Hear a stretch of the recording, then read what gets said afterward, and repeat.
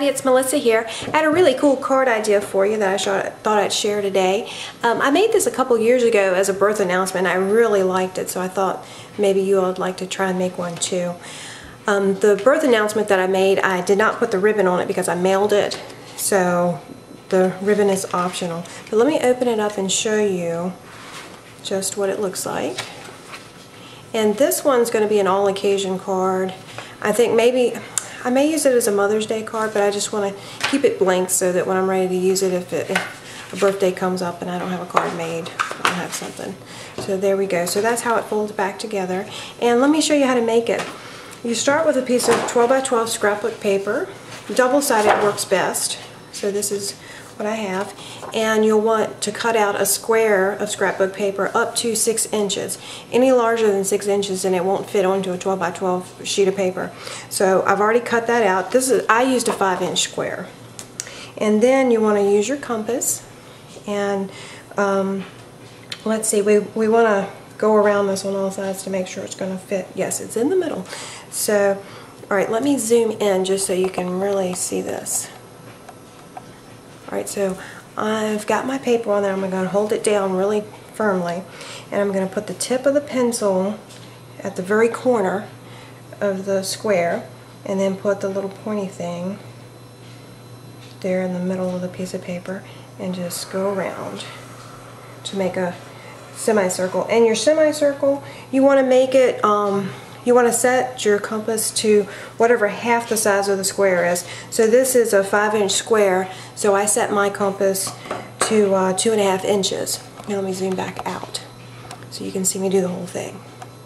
And you just go all the way around and do the whole thing. If you do very many of these, like when I was doing my birth announcements, I did a template, and I think that's a really good idea. And then we've got one more. And you can also just kind of, if you're really careful, you can go back with an eraser and take care of any marks that you may not have cut out.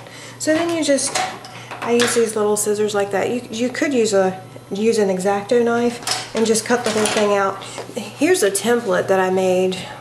That's what it looks like once it's cut out. But I'm going to show you. You want to decorate this. Put whatever you want on there. If you have something with brads or whatever, put it on there, and then once you have everything on there, you want to glue it down.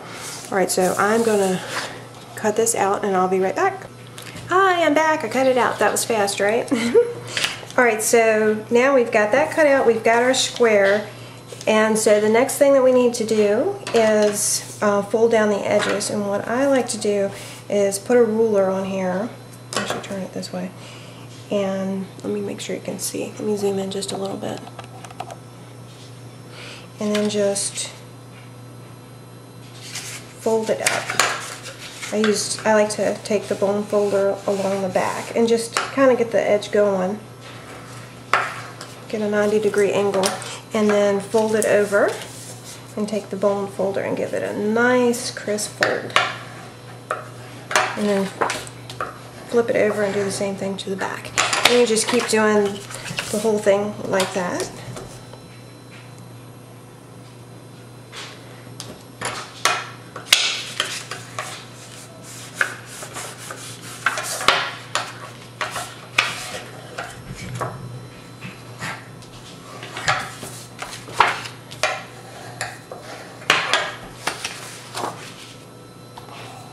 Alright, so now I've got all 4 sides folded so that it'll all go together once we're finished with it. Oops.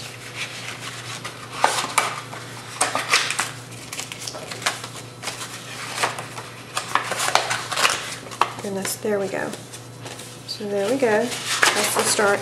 And then I love distress ink, so I'm going to distress the edges. And the best way to do this is to fold in the sides, the 2 sides, and just go around like this so that you can get, the edges like that. You can get the whole edge. Just do that to all the sides.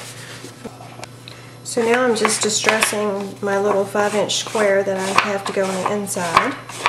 after I finished doing all the 4 flaps.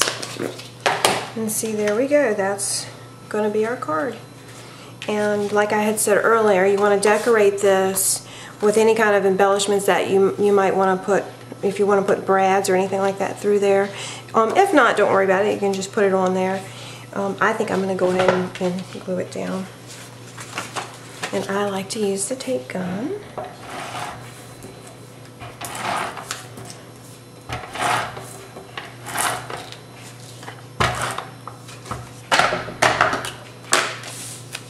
And this is super easy because you've already folded your corners in, so you know exactly where your square needs to go. So it just fits right in there. And there you have it. Thanks for watching.